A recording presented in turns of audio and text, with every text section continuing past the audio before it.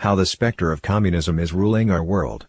The specter of communism did not disappear with the disintegration of the Communist Party in Eastern Europe, by the editorial team of the 9 Commentaries on the Communist Party. Chapter 13. Hijacking the Media. Table of Contents. Introduction. 1. Mass indoctrination in communist countries. 2. Communist infiltration of Western media. 3. Left-wing bias among media professionals. 4. The media takeover by liberalism and progressivism. 5. The film industry, vanguard against tradition. 6. Television, corruption in every household. 7. The media, a key battleground in a total war. Conclusion, bringing back responsibility in the media. References. Introduction. The influence of the media in modern society is enormous and growing daily. It permeates communities of all sizes, from the local to the global. Mass media has evolved from newspapers and magazines to radio, film, and television. With the rise of social media and user-generated content, the internet has greatly amplified the speed and reach of audiovisual communication. People rely on the media for the latest news and analysis. In an ocean of information, the media influences which information people see and how they interpret it. The media is in a position to influence people's first impressions on a particular topic, and thus carries considerable powers of psychological priming. For social elites, particularly politicians, the media determines the focus of public opinion and serves as a rallying beacon for the public. Topics that the media covers become matters of grave social concern. Issues that go unreported are ignored and forgotten. Thomas Jefferson, father of the Declaration of Independence and third President of the United States, once summed up the vital duties that the press assumes in society: "Were it left to me to decide whether we should have a government without newspapers or newspapers without a government, I should not hesitate a moment to prefer the latter."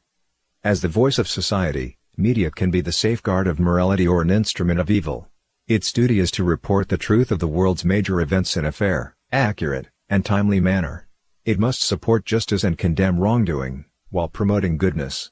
Its mission goes beyond the private interests of any one individual, company, or political party. In Western news circles, the media is the guardian of the truth and of the society's core values. It enjoys the lofty status of the Fourth Estate. Journalists are respected for their expertise and sacrifices. Joseph Pulitzer, a newspaper publisher and founder of the Pulitzer Prize, said, "Our republic and its press will rise or fall together. An able, disinterested, public-spirited press, with trained intelligence to know the right and courage to do it, can preserve that public virtue without which popular government is a sham and a mockery.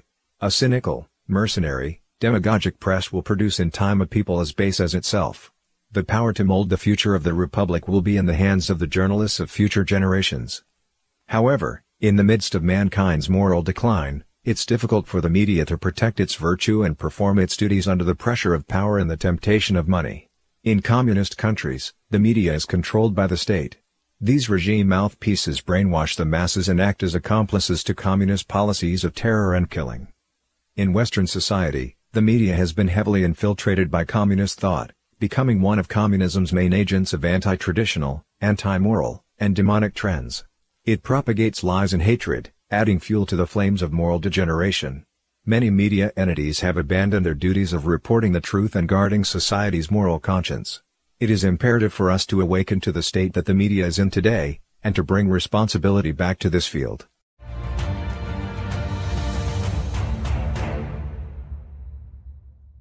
One. Mass indoctrination in communist countries. From the very beginning, communists have viewed the media as a brainwashing tool. In their 1847 writing The Communist League, Marx and Engels asked members to have revolutionary energy and zeal in propaganda. Marx and Engels often used terms like party battlefield, party mouthpiece, political center, or tool for public opinion in their articles to express the media's desired character and functions. Lenin used media as a tool to promote, incite, and organize the Russian Revolution. He founded the official communist newspapers Iskra and Pravda to promote revolutionary propaganda and activism. Soon after the Soviet Communist Party seized power, it used the media for domestic political indoctrination. Abroad, it ran propaganda to improve its image and export revolution. The Chinese Communist Party also regards the media as a tool of public opinion for the dictatorship and a mouthpiece of the party and the government. The CCP is highly conscious of the fact that the guns and the pens are what it relies on for seizing and consolidating power. As early as the Yan'an period, Mao Zedong's secretary Hu Qiaomu put forward the principle of party nature first, saying that the party newspaper has to carry through the party's viewpoints and understandings in all articles, every essay, every news report, and every newsletter.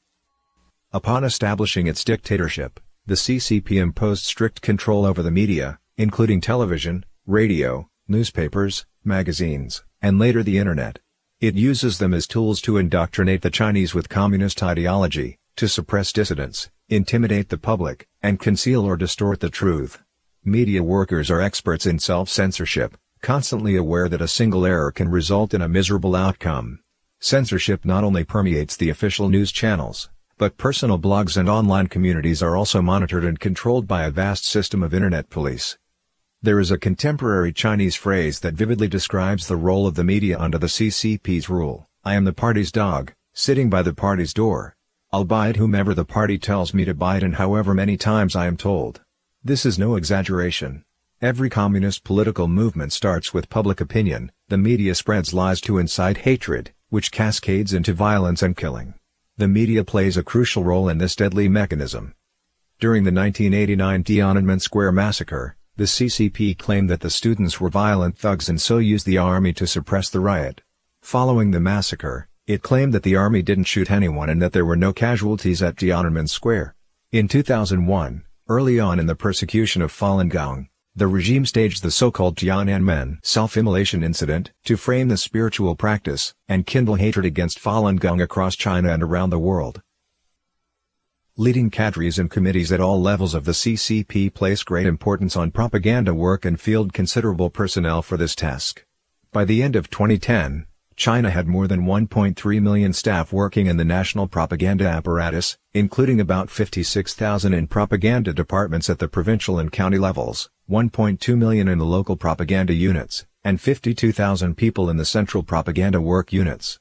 This figure does not include a large number of staff who are responsible for monitoring and manipulating online opinion, such as Internet police, moderators, party-controlled commentators, and others employed in various forms of public relations duty. Countries ruled by communist parties, without exception, use great amounts of resources to manipulate the media. Years of operation have honed the communist state media into an efficient mouthpiece for their totalitarian masters, using any and all means to deceive and poison the people.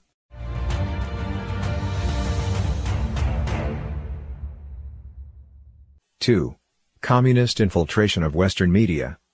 The last century was witness to the great confrontation between the free world and the communist camp.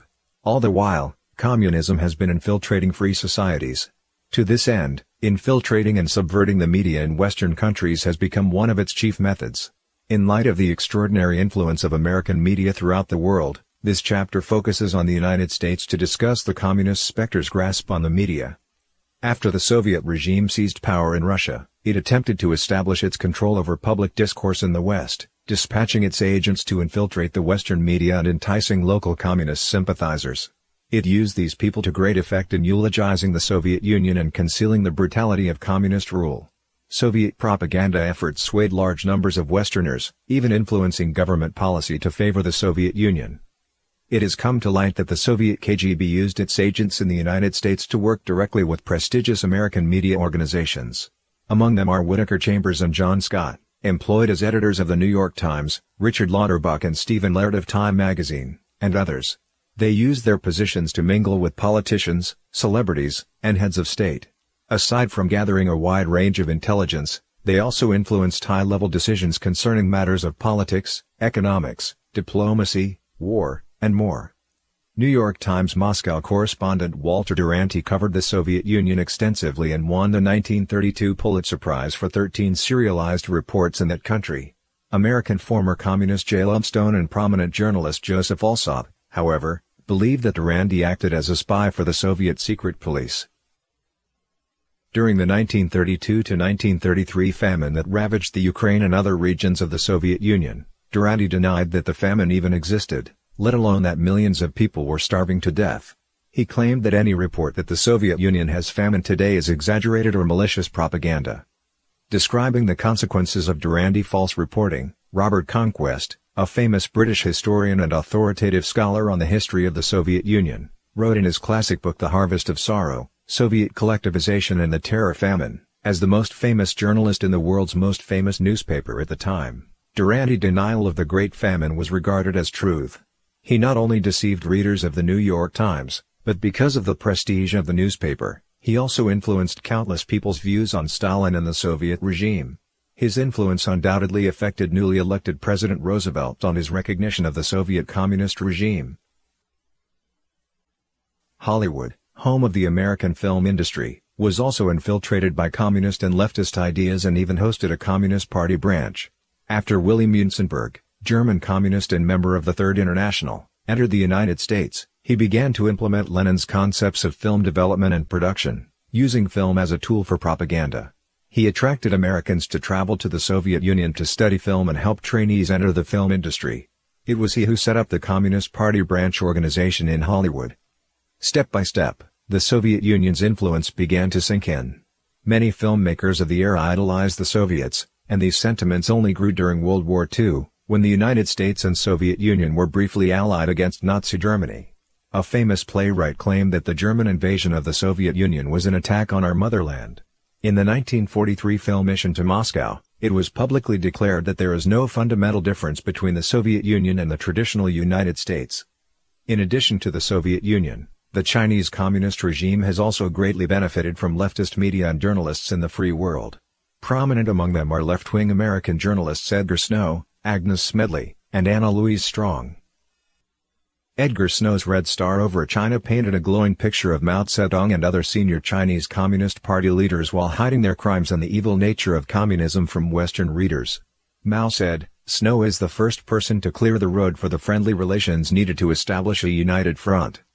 Agnes Smedley wrote many articles and books flattering the CCP and its leadership.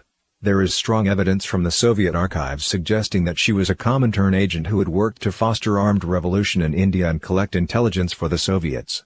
Anna Louise Strong was also an admirer of the Chinese Communist movement. The CCP has acknowledged these three Americans by issuing postal stamps in honor of their meritorious service.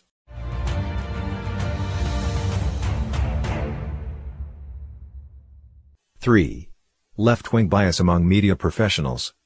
Most Americans are skeptical about the accuracy of media news reporting. Surveys have shown that 47% of people feel that the media is liberal-leaning. In comparison, only 17% thought that there was a conservative bias. A question then arises, with the news industry being such a competitive field, how could such a uniform bias exist?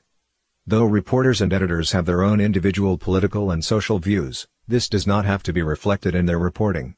As subjectivity and neutrality are keystone principles of journalism ethics, news reports should not be colored by personal opinion. By normal market principles, if there is bias, it should be offset by the emergence of new, more neutral competitors. The reality is more complicated.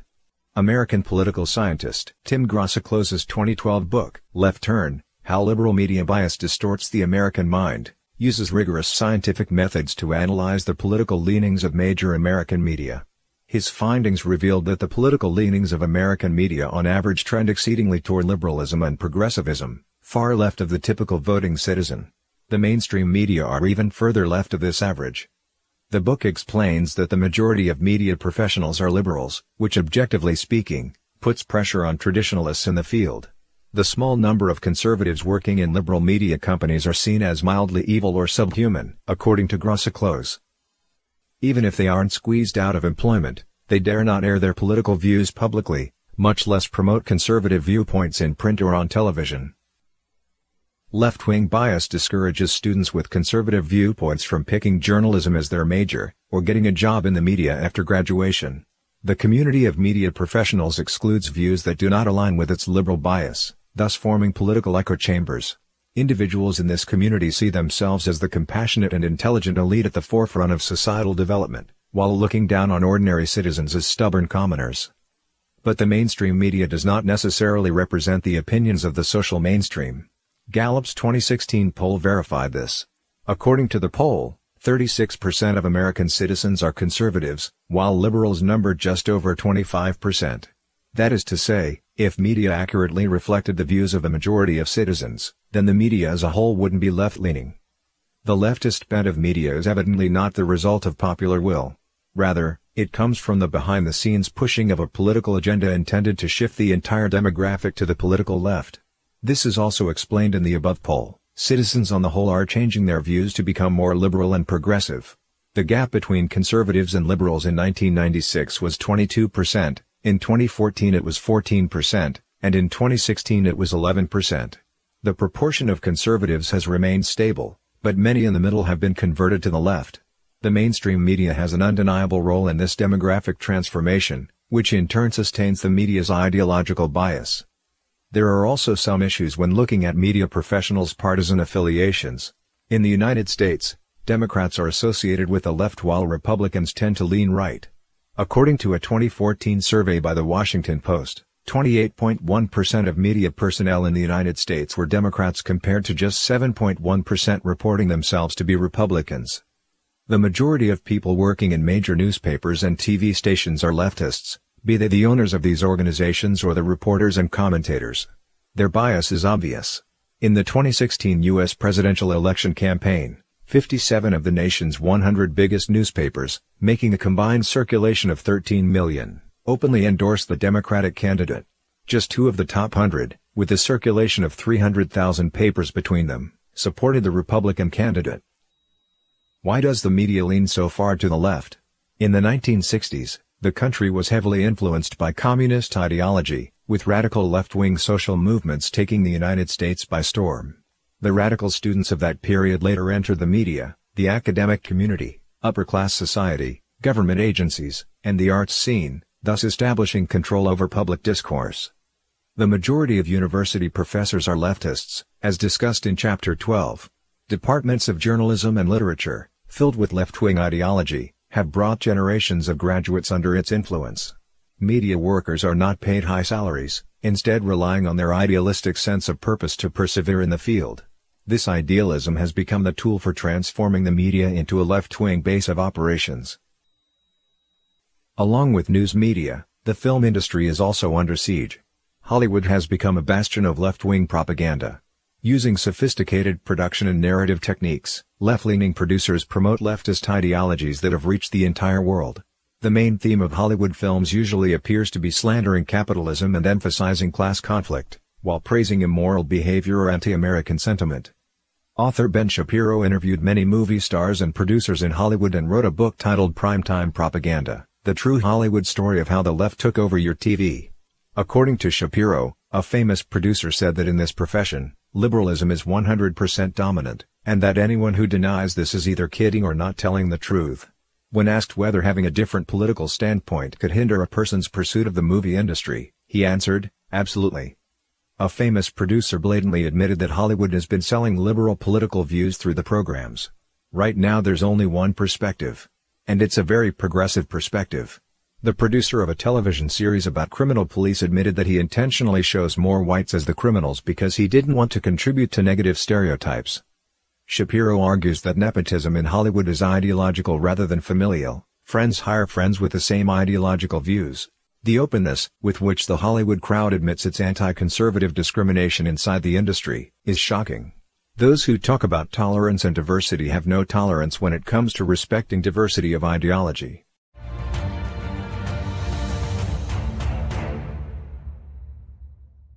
(4) The media takeover by liberalism and progressivism. Walter Williams, the founder of journalism education and of the world's first journalism school at the University of Missouri, created the Journalist's Creed in 1914. It defined journalism as an independent profession that respects God and honors mankind. Journalists should be unmoved by pride of opinion or greed of power. They must pay attention to detail and exercise self-control, patience, fearlessness, and constant respect for their readers. After the 1960s, however, progressivism became prevalent. Advocacy replaced objectivity. Liberalism and progressivism replaced impartiality. In The Media Elite, author Samuel Robert Lichter wrote that reporters tend to add their own opinions and educational background to their reports on controversial issues. The majority of the people in the newsroom are liberals, which has shifted news reporting in favor of liberal politics. In his research on the evolution of 200 years of American journalism, Jim A. Kuipers concluded that today's mainstream media are liberal and progressive both in their structure and in their reporting. He quoted a liberal editor of a major newspaper as saying, "Too often, we wear liberalism on our sleeves. We do not tolerate other lifestyles and viewpoints. We are not hesitant to say that if you want to work here, you must be the same as us, and you must be liberal and progressive." In another work, Kuipers found that the mainstream media leans very much toward liberalism in the reporting of the issues, such as race, benefits reform, environmental protection, gun control, and the like. The leftist media established its dominance in the ecology of American politics, proliferating its ideological agenda in covering the news. In a commentary piece published by the Wall Street Journal in 2001, former CBS reporter Bernard Goldberg wrote, "The mainstream news anchors were so biased that they don't even know what liberal bias is." Most people in the high-trust societies of the West have few doubts about the veracity of news, created and broadcast by the mainstream media. Many take it for granted that reports are written objectively and comprehensively, and that what is cited is serious expert analysis based on information from reliable sources. The leftist media makes use of its consumers' trust to inculcate them with its ideological worldview. While fake news runs rampant today, this is a rather unusual phenomenon. The free societies of the West have traditionally emphasized the need for a truthful, objective, and fair media.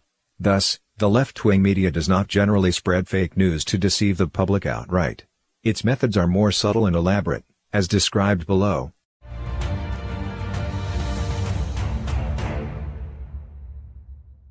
Selective coverage.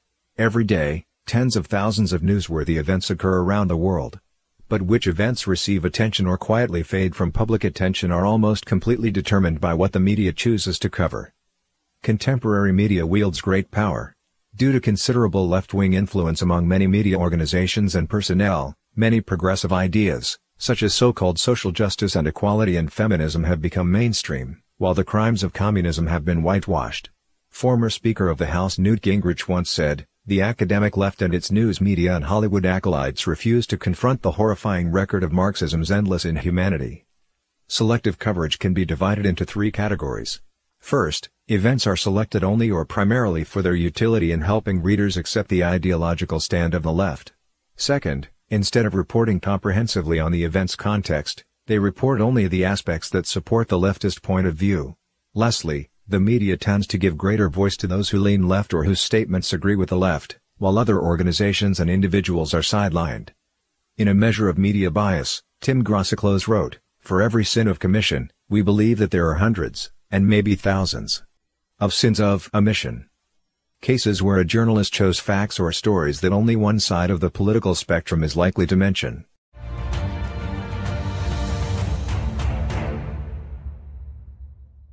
Agenda setting. In the 1960s, media researchers came up with the influential theory that the media's function is to determine which topics are suitable for discussion. Bernard Cohn articulated this well: "The press may not be successful much of the time in telling people what to think, but it is stunningly successful in telling its readers what to think about." That is to say, the press can determine the importance of events by the number of reports and follow-up reports that an event receives, while equally or more important issues can be dealt with more summarily or not at all. The issue of transgender rights, though it concerns only a very small portion of the population, has become a focal point of discussion and is an example of media successfully setting the agenda. In addition, global warming becoming an important issue in public discourse is the result of a long-term conspiracy between the media and other political forces.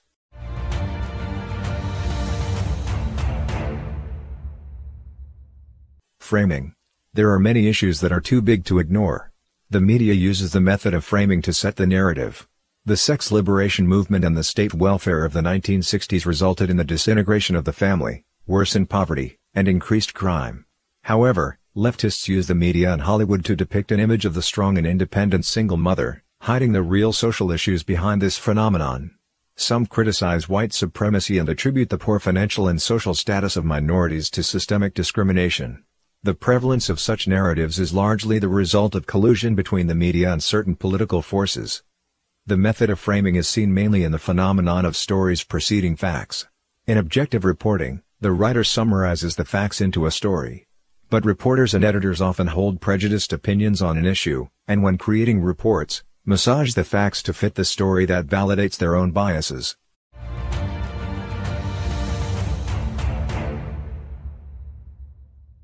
Using political correctness to enforce self-censorship.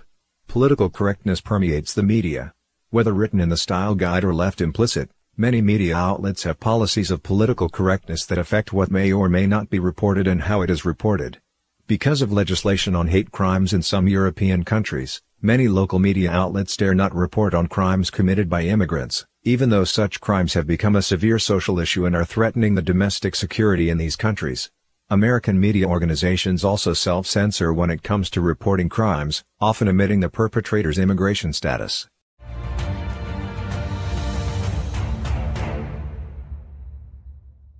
Labeling conservative sources to neutralize their influence.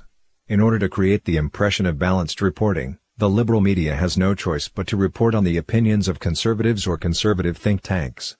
But the media typically uses labels like conservative, right-wing, or religious right-wing when quoting these sources, subtly implying that their opinions are prejudiced or not trustworthy for the simple fact that they are conservatives. When quoting from liberals or liberal think tanks, the media usually uses neutral titles such as scholar or expert, suggesting that these opinions are impartial, objective, rational, and trustworthy.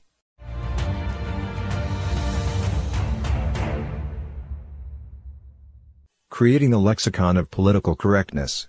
The Western media, along with leftist political groups and academia, has created a vast system of politically correct language. It has been applied so frequently by the media that the language has become deeply rooted in the public consciousness, influencing the public on a subliminal level. Once the media validates a left-wing opinion, it manifests in all aspects of society.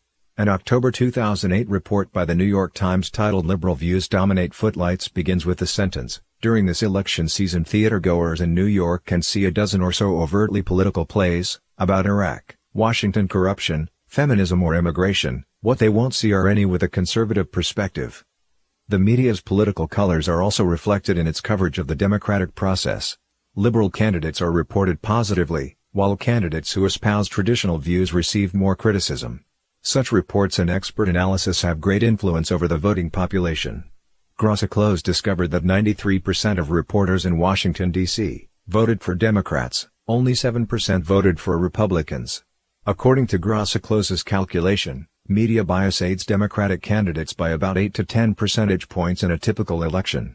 For instance, if that media bias didn't exist, John McCain would have defeated Barack Obama 56% to 42%, instead of losing 53 to 46.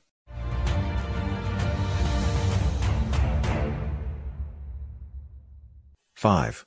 The film industry, vanguard against tradition. Hollywood has tremendous influence around the world. Although American movies make up less than 10% of the films produced globally, Hollywood movies receive 70% of global cinema screenings. There is no denying that Hollywood movies dominate the international movie industry. As an international symbol of American culture, Hollywood has served to broadcast and amplify American values worldwide, but it has become an instrument for exposing all of humanity to distorted, anti-traditional values. Today it's hard for most Americans to imagine that families in 1930s and 1940s had no need to worry about the negative influence of movies on children. But the film industry at the time followed strict moral regulations. In 1934, with strong backing from churches, the film industry introduced the code to govern the making of talking, synchronized, and silent motion pictures, also known as the Hays Code. Its first principle was that no picture should be produced that would lower the moral standards of those who see it. The audience should never be made to sympathize with crime, wrongdoing, evil, or sin. The Hays Code principle on sex was to uphold the sanctity of the family and marriage. Motion pictures should not infer that low forms of sexual relationships are acceptable norms. Adultery, while sometimes necessary as plot material, must not be justified, depicted attractively, or treated in an explicit manner. Since the 1950s, however, sexual liberation has caused cultural and moral shock. The rise of television in the American household fostered enormous market pressure and rivalry among film producers. Hollywood increasingly ignored the Hays Code and failed to enforce self-discipline. For example, Lolita, 1962, adapted from the novel of the same title, depicted the adulterous relationship between a man and his underage stepdaughter. Lolita won an Academy Award and a Golden Globe, and though the film received both negative and positive reviews at that time, today Lolita holds a 93% approval rating among its 41 reviews on the American Film and Television Review aggregator Rotten Tomatoes.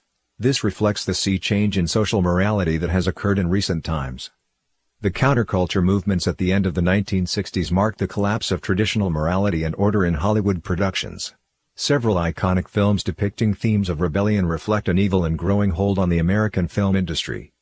As stated repeatedly throughout this book, a key tactic of communism is to cast criminal behavior in a noble or righteous light.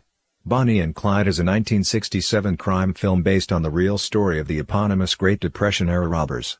During the Great Depression, many families became homeless after their houses were foreclosed by banks. The protagonists in the film express righteous anger at this phenomenon, and are depicted as fighting social injustice when they commit bank robbery and murder.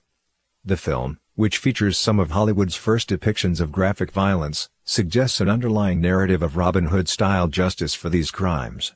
The criminal couple were depicted by a handsome man and a beautiful woman, portraying them with an inherent sense of justice. The police, meanwhile, were cast as incompetent stooges rather than protectors of law and order. At the finale, the deaths of Bonnie and Clyde when they fell victim to a police scheme had a profound impact on adolescent audiences. The two were beatified as martyrs, as though they had sacrificed themselves for the sake of some great cause. The themes of crime and violence depicted in the film shocked the mainstream of American society, but found great resonance among rebellious students. The actor and actress who starred as Bonnie and Clyde appeared on the cover of Time magazine. The youth started to copy their style of clothing, speech, and contempt for tradition and custom. They even sought to emulate the couple's manner of demise. One radical leader of a student organization wrote an article comparing Bonnie and Clyde to supposed heroes like Cuban guerrilla leader Che Guevara and Nguyen Van Troy, a Viet Cong terrorist. One radical student organization claimed, "We are not potential Bonnie and Clydes, we are Bonnie and Clydes." Aside from beautifying crime, Bonnie and Clyde featured an unprecedented level of violence and sexuality. However, the film still received critical acclaim, being nominated 10 times at the Oscar nominations and winning twice. Hollywood had deviated from its traditional principles. The Graduate, released at the end of 1967, reflected the inner anxiety and conflicts of college students in the period. The film depicts a lonely college graduate at the crossroads of life. The traditional values of his father's generation are presented as dull and hypocritical. Instead of entering mainstream American society, he accepts the advances of an older married woman and also falls in love with her daughter, who discovers the affair. At the wedding ceremony of the daughter and another young man, the protagonist arrives at the church, and he and the young woman elope. The Graduate featured a jumble of adolescent rebellion, uncontrolled libido, incest, and other themes reflecting the confused, anti-traditional milieu of rebellious youth. The film was phenomenally successful, generating high box office sales immediately and over the following years. With 7 Oscar nominations and 1 win, The Graduate gained recognition throughout Hollywood. Films like Bonnie and Clyde and The Graduate kickstarted the new Hollywood era. At the end of 1968, the Hays Code was replaced with the modern film rating system. That is, films with all kinds of content could be screened as long as they were labeled with a rating. This loosened the moral self-discipline of the entertainment industry considerably and blurred the standards of right and wrong. In this way, entertainers and media staff separated morality from their creations, giving free rein to evil content. Degenerate entertainment hooked audiences with cheap, exciting, and readily available stimulation. Meanwhile, producers gave in to their greed as they reeled in prodigious commercial profits. Film is a special medium with the power to create compelling atmospheres and realistic personalities, and to bring audiences to the viewpoint of the director. Successful movies can so immerse their audiences in the cinematic world that hardly anything can call them back to reality. They play an enormous role in shaping the feelings and worldview of their audiences, and in the hands of evildoers, in leading people to break with tradition. A well-known film producer once said, "Documentaries convert the already converted. Fictional films convert the unconverted." In other words, documentaries strengthen the values that viewers already hold, while fictional films use fascinating stories to prime their unwitting audiences with a new set of values. The producer and male lead of Bonnie and Clyde is a supporter of socialism. His 1981 historical drama Reds won him Oscar and Golden Globe Awards. At the height of the Cold War, Reds changed the stereotype of a radical communist into an easygoing and friendly person. In another of his Oscar-nominated movies, Bulworth, he depicted a socialist presidential candidate. Through his portrayal, audiences were given the suggestion that class, not race, is the central issue of American politics. This movie was such a success that many urged him to run for President of the United States. Many movies had an immediate impact. As Bonnie and Clyde came to the end during its debut, insults were shouted at the police from the back rows. After the introduction of the rating system, the first R-rated movie, Easy Rider, became an instant hit and contributed to the popularity of drug abuse. The film follows the adventures of two long-haired, cocaine-dealing hippie motorcyclists as they indulge in rock music, hallucinatory drugs, hippie communes, and brothels. Real drugs were used during the film's production. Their lifestyle of antisocial indulgence free from conventional values became the dream of numerous youth, and turned drugs into a symbol of the counterculture. The director admitted, "The cocaine problem in the United States is really because of me. There was no cocaine before Easy Rider on the street. After Easy Rider, it was everywhere." Since the introduction of the movie rating system, Hollywood began to mass-produce movies that cast a positive glow on degenerate behaviors such as sexual promiscuity, violence, illicit drugs, and organized crime. A research study showed that R-rated movies took up to 58% of the Hollywood movies produced between 1968 and 2005. American scholar Victor B. Clyde did an analysis of 37 movies that were shown in Salt Lake City in the 1970s. He found that 58% of the films presented dishonesty in a heroic light, or is justified by the hero because of the circumstances, and that 38% of the films presented criminal activity as something that pays off or as a successful and an exciting pastime with no negative consequences. In 59% of the films, the heroes killed one or more people. 72% of the heroines were presented as sexually promiscuous to some degree. In fact, only one film suggested normal sexual relations between a man and a woman legally married to each other. In only 22% of the films were any of the principal figures seen engaged in what might be termed healthy and reasonably satisfying marriages. A common argument against criticism of violence and sexuality in films is that such things exist in real life, and that films only reflect the nature of reality, rather than having any negative impact. But from the figures above, this is demonstrably false. Moreover, numerous movies produced by Hollywood leftists naturally reflect their values and in turn have changed the values of society. According to film critic and former Hollywood screenwriter Michael Medved, the liberal-minded social revolutionaries in Hollywood are molding the values of society by assaulting the legitimacy of the family, promoting sexual perversion, and glorifying ugliness. Others argue that the profusion of morally degenerate content in the film industry is merely driven by market forces. But whatever the means, diabolical goals are being achieved to frightening effect. The speed and power with which the film industry has been used to take down public morality is astounding. Some movies lionize beasts or monsters, those that depict man transforming into beasts or even bestiality are approved of and praised by the Hollywood mainstream. This is the real-life reflection of how the devil has brought the world under its rule. Mankind has come to embrace monsters. These anti-tradition movies probe into and reflect on social issues with superficial intricacy, but they are actually excuses to create a complex and vivid environment in which to immerse the audience. A studiously crafted atmosphere allows the audience to think of moral standards as being circumstantial. Ugly deeds that conventional society disapproves of can always in some way be rationalized, given sympathetic treatment, or even made to appear positive. The ultimate message, implanted in the brains of the audience, is that there isn't a clear divide between right and wrong or good and evil, that traditions are boring and suppressive, and that morality is relative.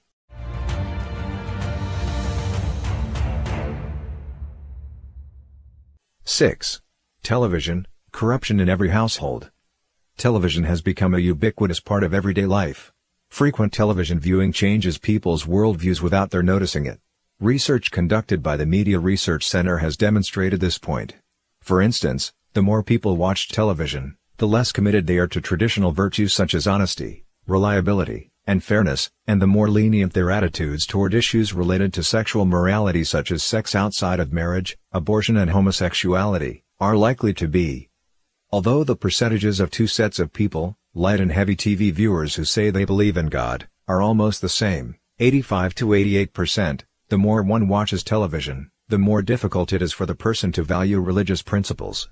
For example, when asked in a questionnaire to choose between people should always live by God's teachings and principles under all circumstances, or people should combine their personal set of morals and values with God's moral codes, those who watch more television tend to choose the latter. From these figures, it can be generally concluded that television predisposes people to moral relativism.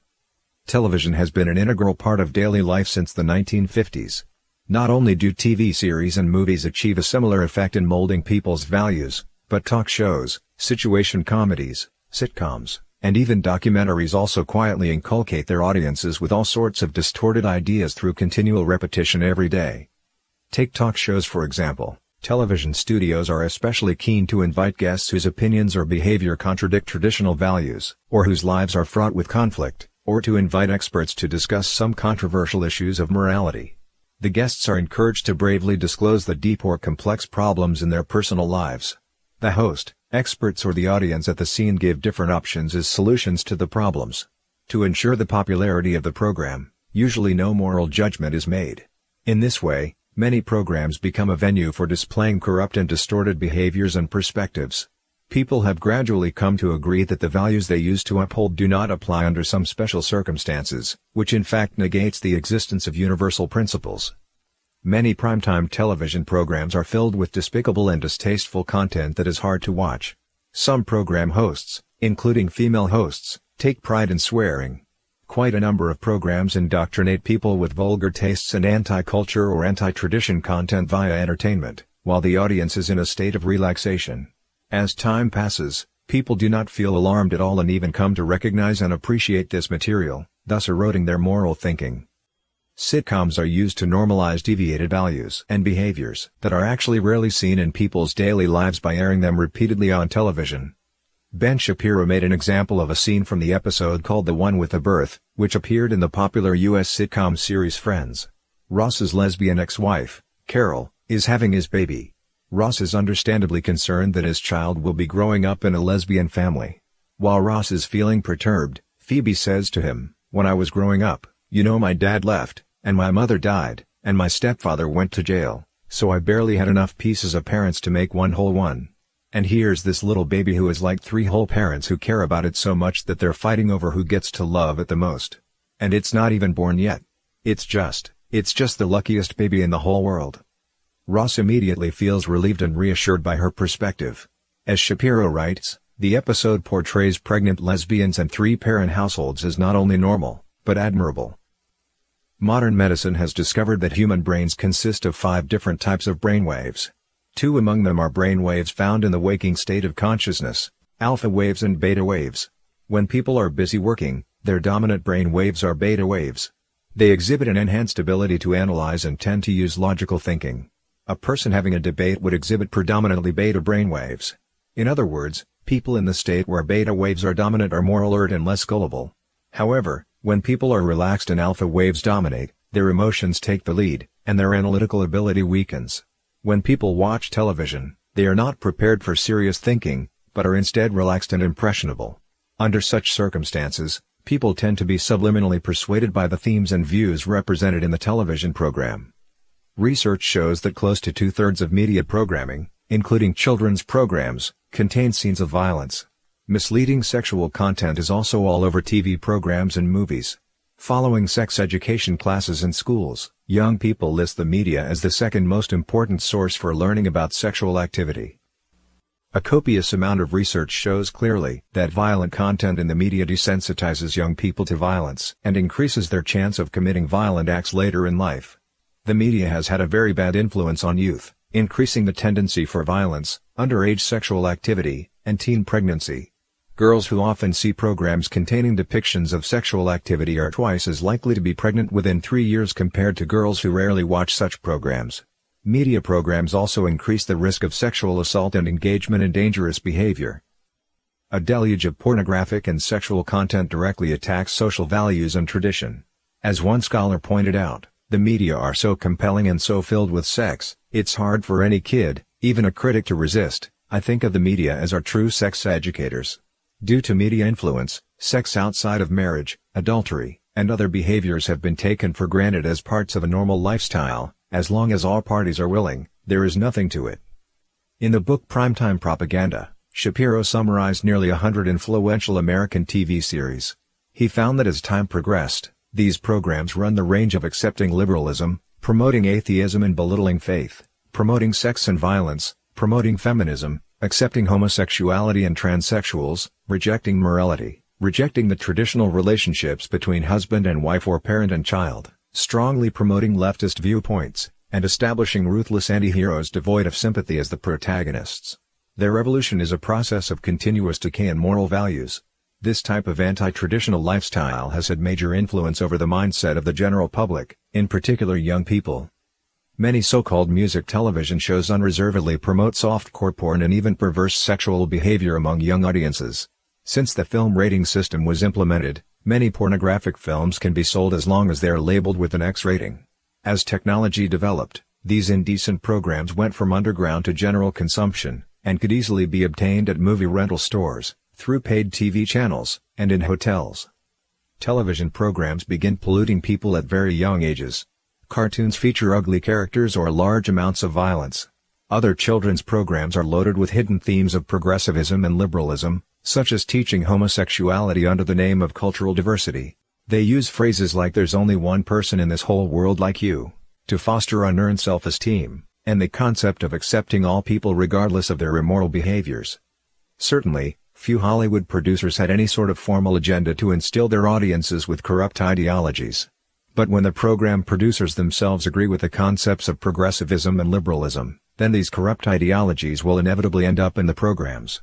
The real plan is diabolical, and media workers who stray too far from the divine become the evil's pawns.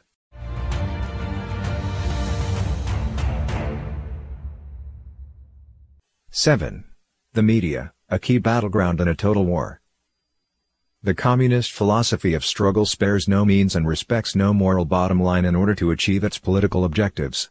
In the 2016 U.S. presidential campaign, candidate Donald Trump opposed political correctness and declared his advocacy of measures to shift America from the far left to the right, a return to traditional values, rule of law, tax cuts to revitalize the economy, a renewal of people's reverence and humility before God, and so on. His outspokenness threw liberals into a panic. Armed with the mainstream media, they lashed out with an all-out assault against Trump. During the presidential campaign, the left-wing media used various methods to willfully demonize and denigrate Trump while ostracizing his supporters, who were described as racists, sexists, anti-immigrant xenophobes, and uneducated whites. That is, the media tried to influence the results of the election by manipulating public opinion. Apart from a small number of media outlets, almost 95% of the media repeatedly predicted that Trump would definitely lose. Against all expectations, Trump defeated his rival and was elected 45th President of the United States. Under normal circumstances, no matter how fierce the campaign trail may be, the different parties and groups should return to normal operation after the election is over. More importantly, the media should uphold the principle of fairness, put national interests first, and maintain the principle of media neutrality. However, after the 2016 presidential election in the United States, we have seen that the media has continued its campaign trail frenzy even at the risk of its public image. Most media outlets deliberately ignored the achievements of the Trump administration, such as the stock market soaring to the record levels, American diplomatic achievements, and the near-total eradication of the Islamic State (ISIS). With the unemployment rate hitting an 18-year low in the United States, the American economy is enjoying a revival. Furthermore, the media is doing everything possible to hamstring the Trump administration by making groundless accusations. For example, the media stirred up a conspiracy theory of collusion between Trump and Russia, but a special investigation has not found any evidence to support this. A congressional report has stated unambiguously that there was no collusion between Trump and Russia. In order to attack Trump, the media also generated a lot of fake news. In December 2017, a TV news giant had to suspend 2 senior journalists for 4 weeks without pay and redact their work because they had fabricated fake reports that Trump had ordered Michael Flynn to make contact with Russia. Finally, the 2 reporters were forced to leave the TV station. This particular team had previously made outstanding accomplishments, winning 4 Peabody Awards and 17 Emmy Awards, but fake news brought them shame and disgrace. When President Trump condemned the infamous MS-13 gang, especially those members who had entered the United States as illegal immigrants, he said, "They're not people. These are animals, and we have to be very, very tough." However, the major media in America immediately took it out of context, claiming that Trump said that illegal immigrants were animals. In June 2018, a photo of a crying Honduran girl was widely circulated in the media and on the internet. This little girl and her mother were stopped by Border Patrol when trying to sneak into the United States. The media claimed that the girl was forcibly separated from her mother and used this opportunity to criticize Trump's border policies and zero-tolerance stance toward illegal immigration. Later, Time magazine combined the photo of the little girl with a photo of Trump on the magazine cover, adding the caption "Welcome to America" to ridicule Trump. However, the girl's father later told the media that border officials had not separated her from her mother. According to studies conducted by the Media Research Center, Trump was the main focus of the evening news broadcast by the three main U.S. media networks over the last 2 years, taking up one-third of the total airtime used by the evening news. In 2017, 90% of coverage given to Trump was negative, while positive coverage was only 10%.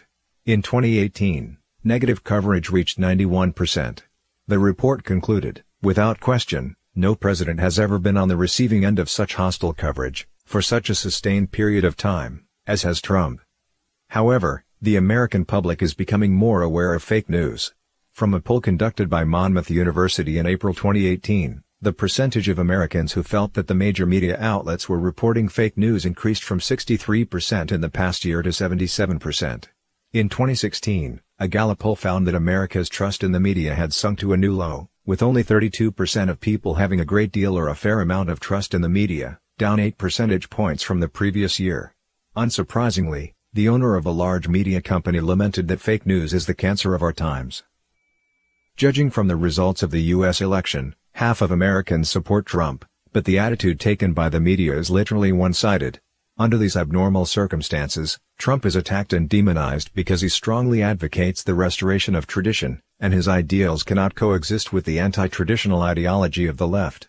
If the media's attacks on Trump are able to cause the public to lose their confidence in him, this would achieve their underlying objective, to prevent society from returning to tradition.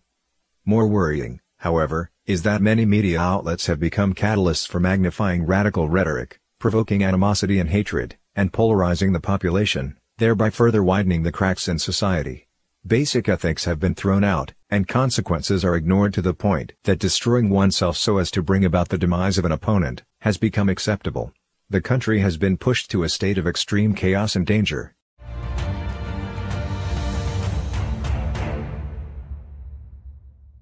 Conclusion: bringing back responsibility in the media. If we say that the specter of communism had only partially infiltrated and controlled various areas in the world over the past century, by today the specter is already ruling our world. All aspects of the human world have already been subject to corruption. The immense influence of the media over humanity has been used effectively to brainwash, deceive, and corrupt human morality, causing people to unconsciously deviate from tradition. In Western countries, many liberal media establishments have become tools for concealing the truth and deceiving people. Many have forsaken basic professional ethics and instead resort to all sorts of unscrupulous attacks, abuse, and slander, regardless of the impact to their reputation or to society. The specter has been successful because it has exploited human failings, the pursuit of fame and gain, ignorance, laziness, selfishness, misapplied sympathy, competitiveness, and the like. Some journalists self-righteously rebel against traditional values, under a facade of knowing the truth. Some conform to the already morally debased public demand, in order to get views. Some conform to the lowered standards, for the sake of their careers. Some fabricate fake news, out of jealousy and hostility. Some believe fake news because of their ignorance and laziness. Some exploit the kindness and sympathy of others, in advocating social justice and thus tilt the entire society toward the left, resorting to unscrupulous tactics, to achieve their political and economic goals. The mission of the media is a lofty one.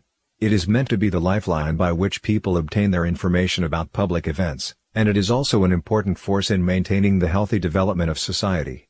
Objectivity and impartiality are the basic ethical requirements of the media and are key to the trust people place in it. But in the media today, chaos reigns, severely affecting the confidence people have in it.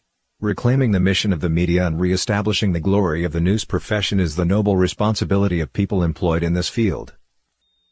Restoring the media's mission means that the media needs to pursue truth. The media's coverage of the truth must be comprehensive and come from a place of sincerity. When reporting social phenomena, many media outlets present partial realities that are often misleading and can do more harm than outright lies. Part of the media's mission is to promote compassion. The compassion of the media is neither an abuse of sympathy, nor political correctness. Its goal must be the long-term well-being of mankind. The way out for mankind is not to obtain short-term economic benefit, not to fall for a fabricated communist utopia, but to follow the traditional path set forth by the divine, to raise moral standards, and to return to one's original place, the true and wonderful origin of life itself. The media is good if it can help society value and uphold morality, as good and evil are both present in human society. It is the responsibility of the media to spread truth, extol virtue, and to expose and restrain evil. In returning to its mission, the media must pay more attention to the major events that affect the future of mankind. The last century was witness to a great confrontation between the free world and the communist camp. While it appeared to be an ideological confrontation, it was in fact a life-and-death struggle between righteousness and evil, for communism is ruining the morals that hold together the civilizations of mankind. Yet following the collapse of the communist regimes in Eastern Europe, its ghost lingers on, undefeated. In China, a country of ancient culture, the Communist Party has since 1999 persecuted the spiritual practice of Falun Gong, which upholds the universal principles of truthfulness, compassion, and tolerance. This persecution has affected millions of people across the expanse of the world's most populous country. It has lasted nearly 2 decades and is being perpetrated to a degree of brutality that is hard to match. It is the largest persecution of faith in contemporary history. The persecution of Falun Gong is a persecution against the core values of human civilization and a monstrous assault on the freedom of belief. However, its coverage by the Western media has been disproportionately weak when placed beside the magnitude and severity of the actual events taking place. Most of the mainstream media outlets have been influenced by the Chinese Communist Party's political clout, and have exercised self-censorship or remained silent on this matter of grave concern. Some have even been complicit in helping the CCP spread its deceit. At the same time, a trend has emerged that opposes communism and advocates a return to tradition. In China, more than 300 million people have withdrawn from the CCP and its affiliated organizations in the Tuodong, Quit the Party movement. Yet such a major phenomenon, which holds great significance for the future of China and the world, is rarely mentioned in the Western media. Today, as the world undergoes great changes, truth and traditional values are more important than ever. The world needs media that can distinguish between right and wrong, conduct good deeds, and maintain public morality, transcending the interests of individuals, companies, and political parties to present the real world before the people is the duty of every media professional. Today, when facing the moral decline in the media profession, it is imperative that readers and audiences make a conscious distinction between right and wrong, and scrutinize rationally the information produced by the media. People must judge issues in line with the moral tradition, regard social phenomena through the lens of universal values, and in doing so, push the media to fulfill its historic mission. This is also the key for mankind to stave off the influence of the communist spectre and find the path to a better future.